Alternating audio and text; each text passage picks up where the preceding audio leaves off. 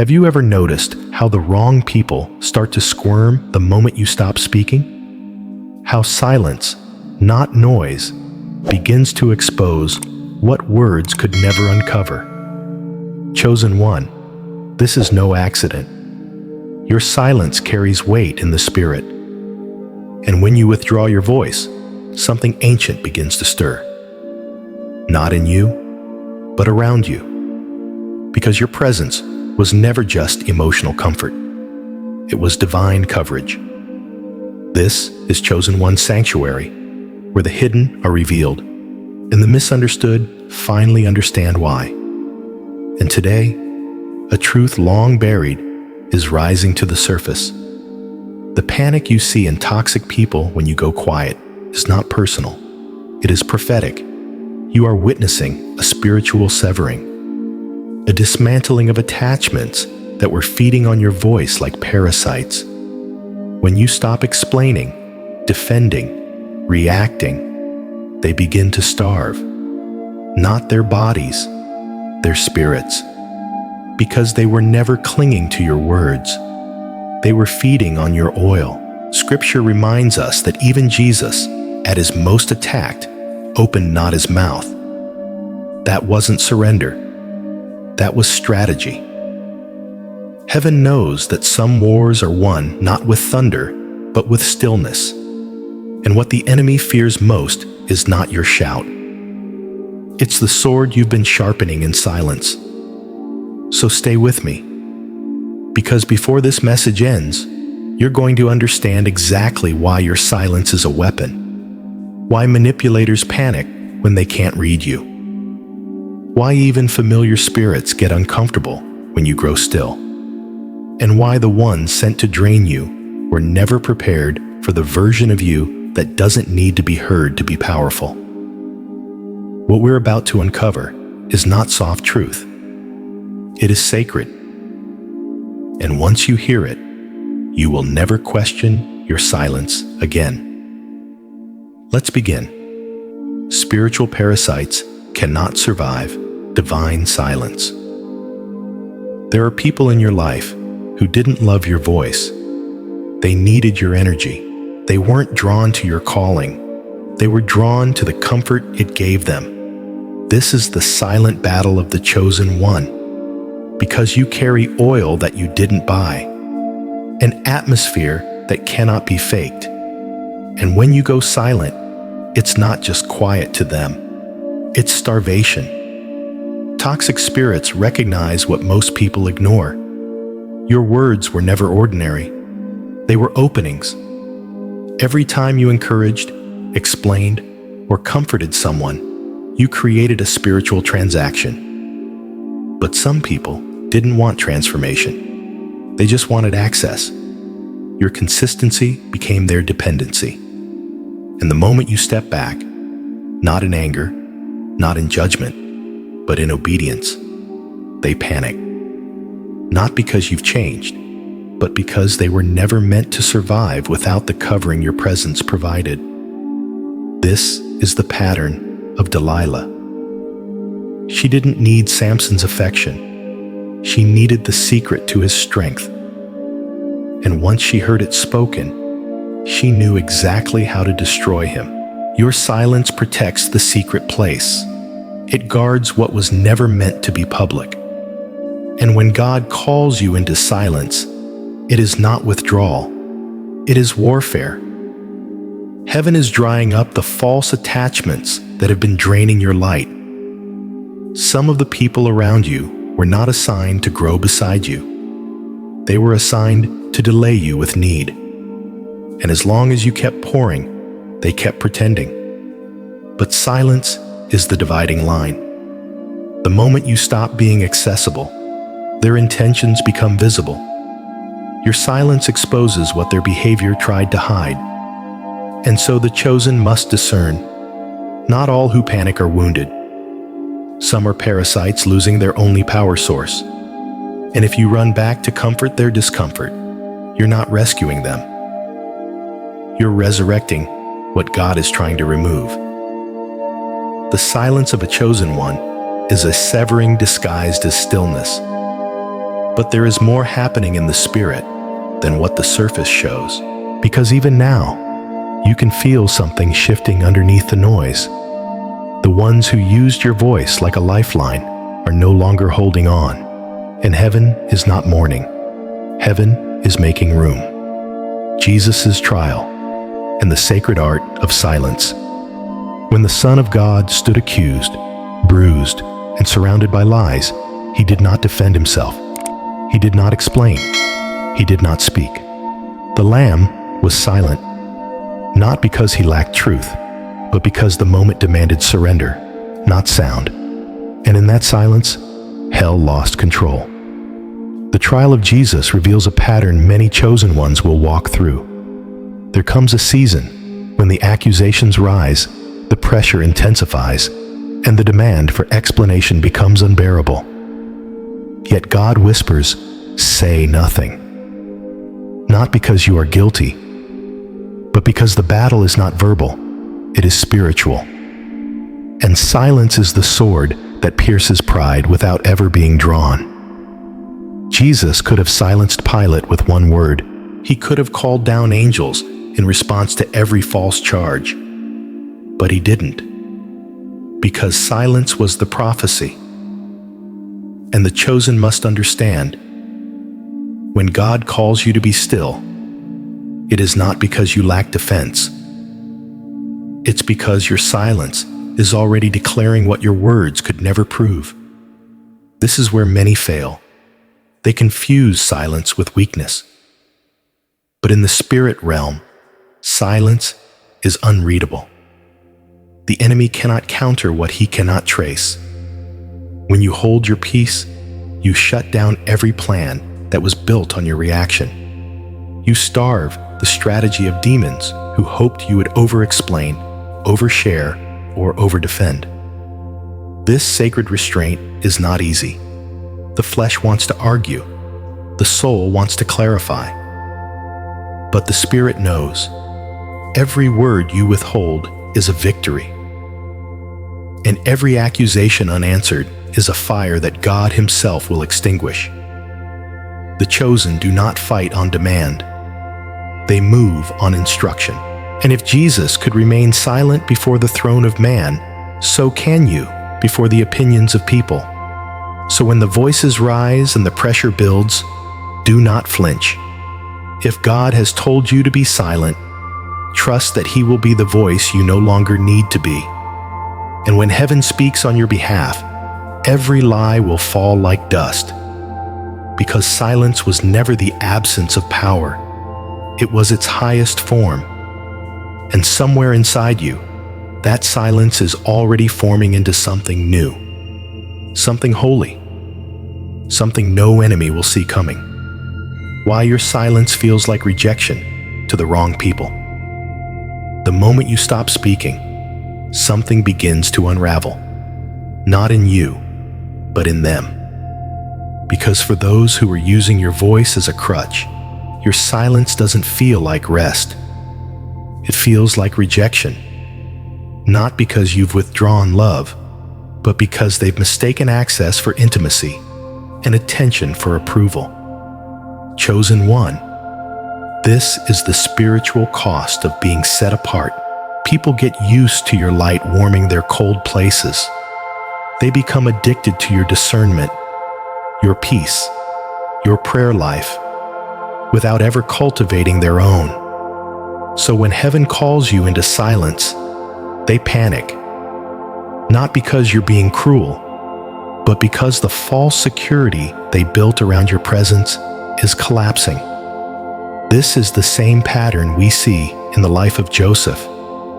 When his brothers sold him into silence, when they discarded his voice and distanced themselves from his dream, he vanished. And in that silence, their guilt grew louder than his words ever could. The absence of the chosen one creates a spiritual mirror. It forces others to face what they refuse to confront when you are still speaking. For manipulators, silence means they no longer have material to twist. For narcissists, silence is a threat to control.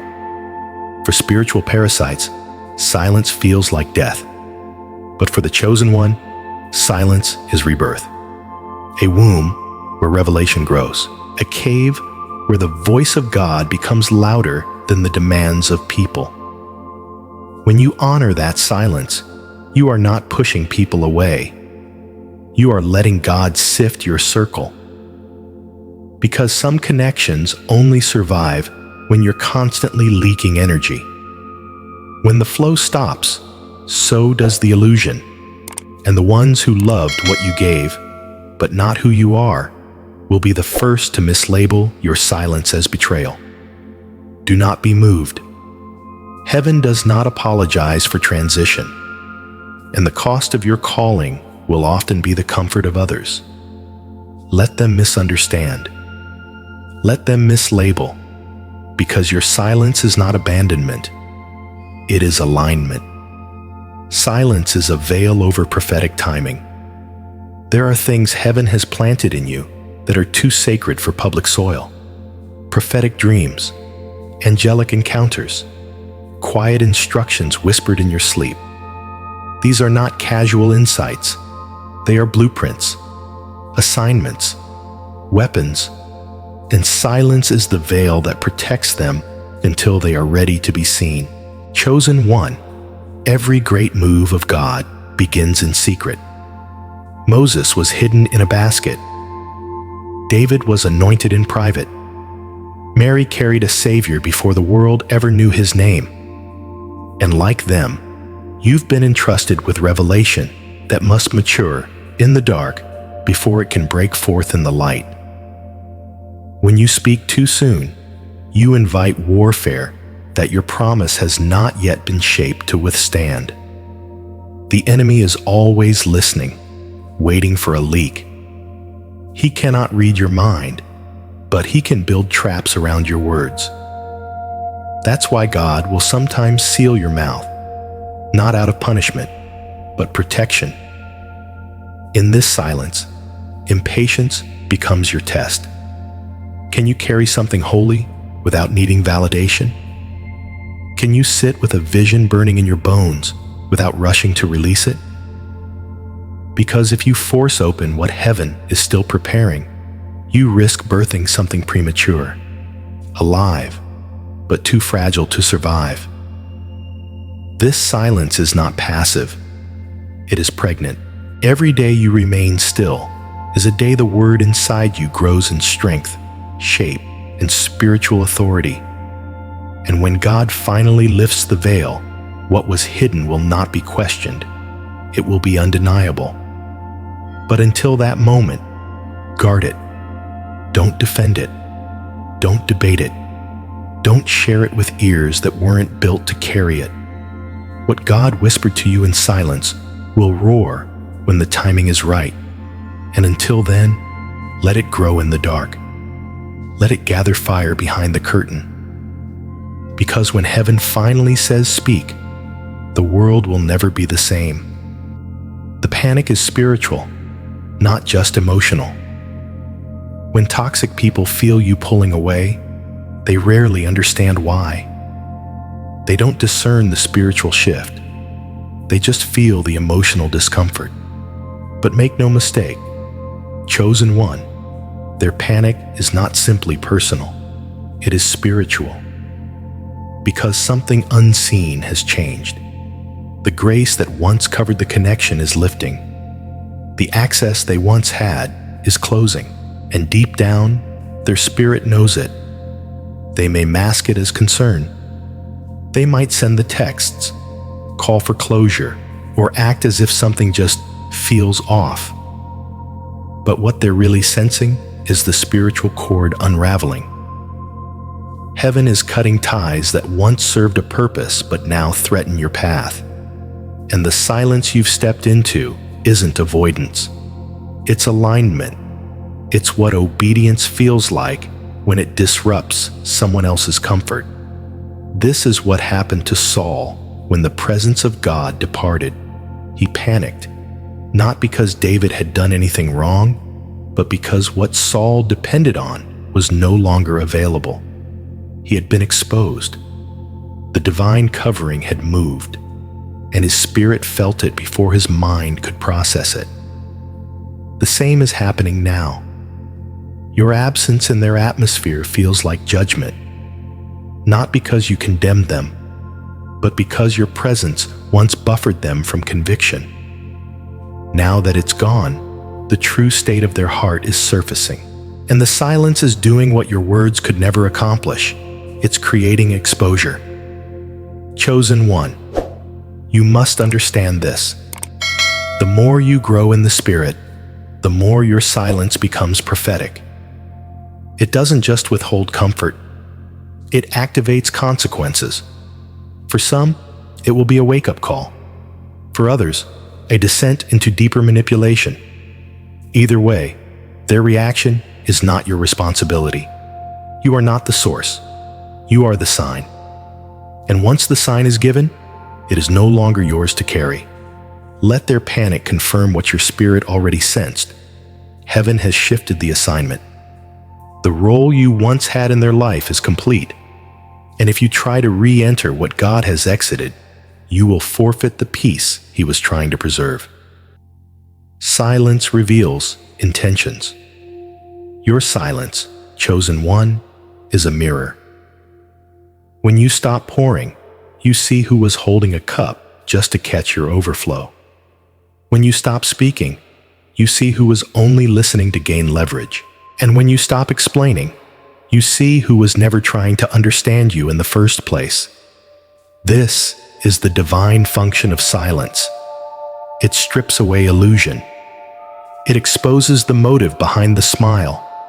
It unmasks the entitlement behind the compliment.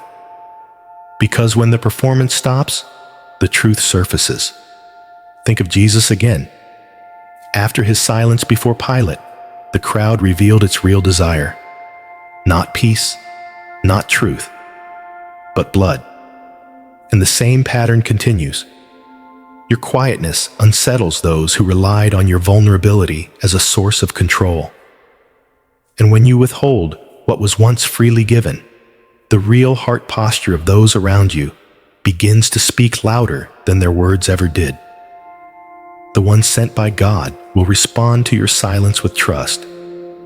They will know when to wait, when to pray, when to respect the stillness as sacred. But the ones sent by assignment, not divine, but demonic, will react. They will poke, provoke, and pressure, not because they love you, but because they hate losing control over you. And so God allows the silence to linger, not to punish anyone, but to purify your circle. Because when you stop performing, you find out who was truly present. And when you stop speaking, you hear the sound of hearts you never noticed were beating in the wrong rhythm. So listen closely in this silence, not with your ears, but with your spirit. The ones who remain without access are the ones who were sent to honor, not harvest, what you carry. And in that discernment, you'll find the clarity you didn't even know you were missing. Because silence, for the chosen, is revelation in disguise. The Elijah pattern: isolation before demonstration. Before the fire fell, Elijah vanished. Before the altar burned with glory, the prophet was hidden in the wilderness, fed by ravens and sheltered by obscurity. This is the divine rhythm of the chosen ones. Isolation is not rejection. It is preparation. And your silence, chosen one, is not the absence of power. It is the positioning for demonstration. Elijah's retreat was not out of fear. It was by divine instruction. God called him away from the noise of the world so he could sharpen his voice in solitude.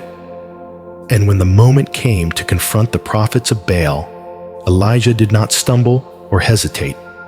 He moved with clarity, with weight, with fire. But none of that would have happened without the hidden years, without the silence that taught him how to hear again. This is where you are now. The ones who misunderstood your stillness don't realize you're not just stepping back. You're being summoned inward. Heaven is fine-tuning your spirit for something public, but the reveal must always be preceded by the removal. Before God places you before kings, He will place you before stillness. Before the mountain shakes, the cave must teach you how to listen to the whisper. Many will interpret your silence as weakness, but what they don't see is the oil being pressed in secret. What they mock as withdrawal is actually your wilderness, and what they call disappearance is the descent before fire. If you rush this process, if you try to be seen before you are sent, you will speak without weight and move without wind. But if you wait like Elijah, if you stay hidden until God says now, your words will not echo. They will explode. Your silence is storing power. And when the heavens open, they will not ask where you've been.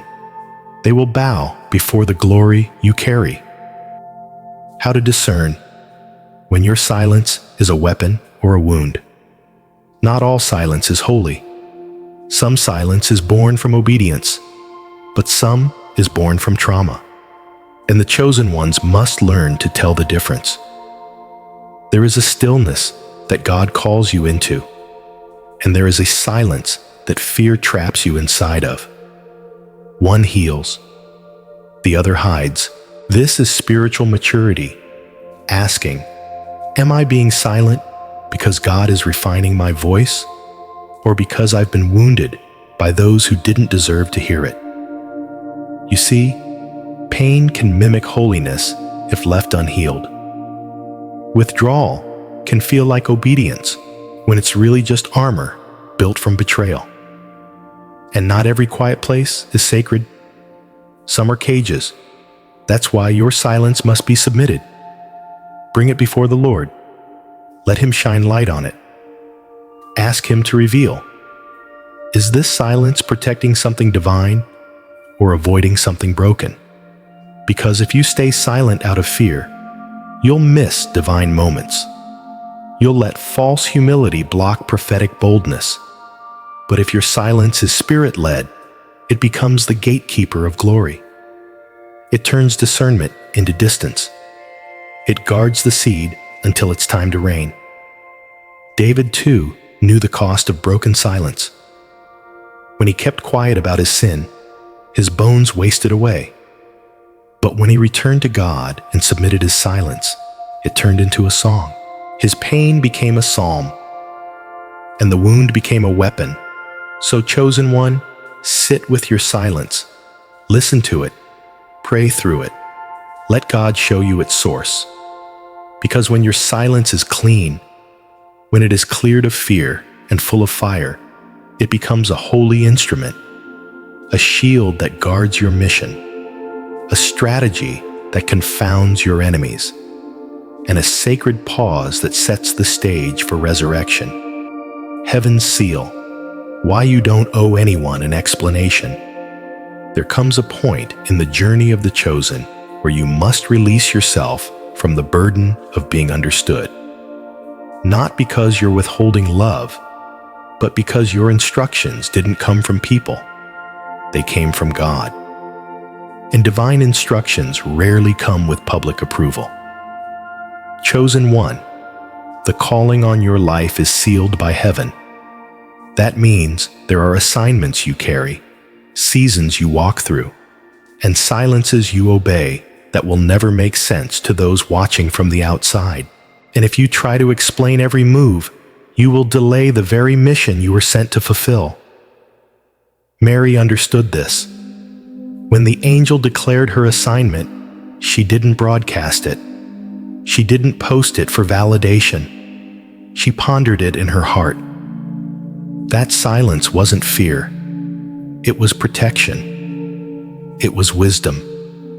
It was the seal of a woman trusted by heaven to carry what the world wasn't ready to see. There are things God has whispered to you that cannot be placed in the hands of those who mock mystery. There are visions you've received that will be misunderstood by those who only see in the natural. That's why silence is not you hiding the truth. It's you honoring the weight of it. Every time you keep quiet about a prophetic dream, a supernatural encounter, a deep spiritual instruction, you are not being prideful. You are preserving what is holy. You are refusing to cast pearls before swine, and you are allowing the fruit to speak louder than the explanation ever could. Those who are meant to walk with you won't need every detail. They'll sense the oil, they'll honor the anointing, and they'll recognize the authority even when they don't know the backstory. But those who demand explanation before they offer respect were never aligned with your destiny to begin with. Let them question. Let them assume.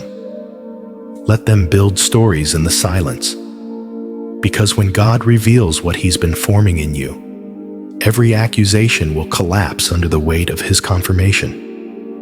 And by then, you won't need to say a word. The evidence will speak for itself. When the time comes, your voice will be a sword. The silence has not been wasted. It's been storing weight. The words you didn't say have gathered strength. The truths you carried in your spirit have been sharpened in the hidden place. And when the appointed time arrives, chosen one, your voice will not return quietly. It will arrive like a sword drawn from heaven's sheath. This is not about volume. It is about velocity. Divine timing gives your voice impact. When God says speak, you won't have to force it. The atmosphere will already be trembling. The spiritual realm will already be listening. And your obedience will cause chains to fall that your explanations never could. Think of Jeremiah, who said, "His word is like fire shut up in my bones." That fire didn't die in silence. It intensified. And when he finally opened his mouth, the heavens moved. The earth listened. And every stronghold that mocked his stillness had to reckon with the fire that followed.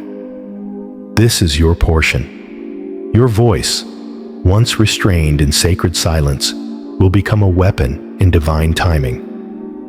And when it's time to speak, you won't speak from defense. You'll speak from dominion.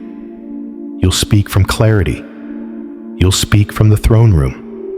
But until that moment, chosen one, stay hidden. Stay sealed. Stay low.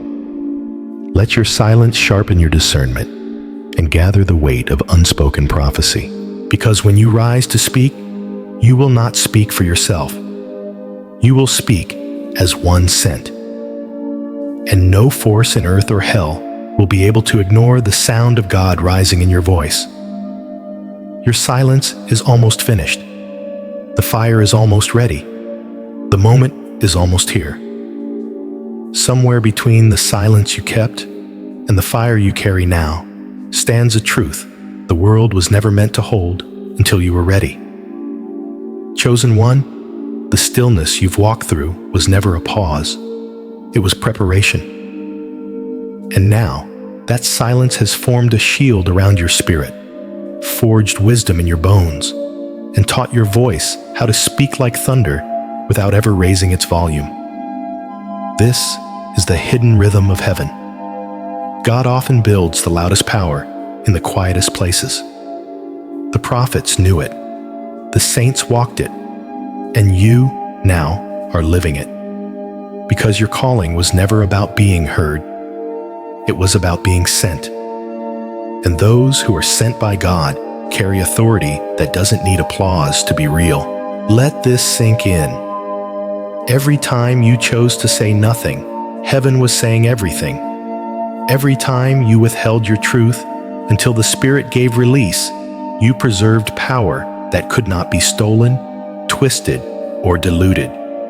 And every time your silence made others uncomfortable, it was the Spirit revealing who was truly aligned and who was simply attached. But here is the deeper mystery. Sometimes, The silence was not just for your protection, it was for theirs. Because had you spoken with the fullness of what God showed you before the time was right, it would have scorched what was not yet ready to receive it. That's the restraint of the chosen. That's the holiness of being hidden. And that's the mantle you carry now. Here is your prophetic seal. You are not voiceless.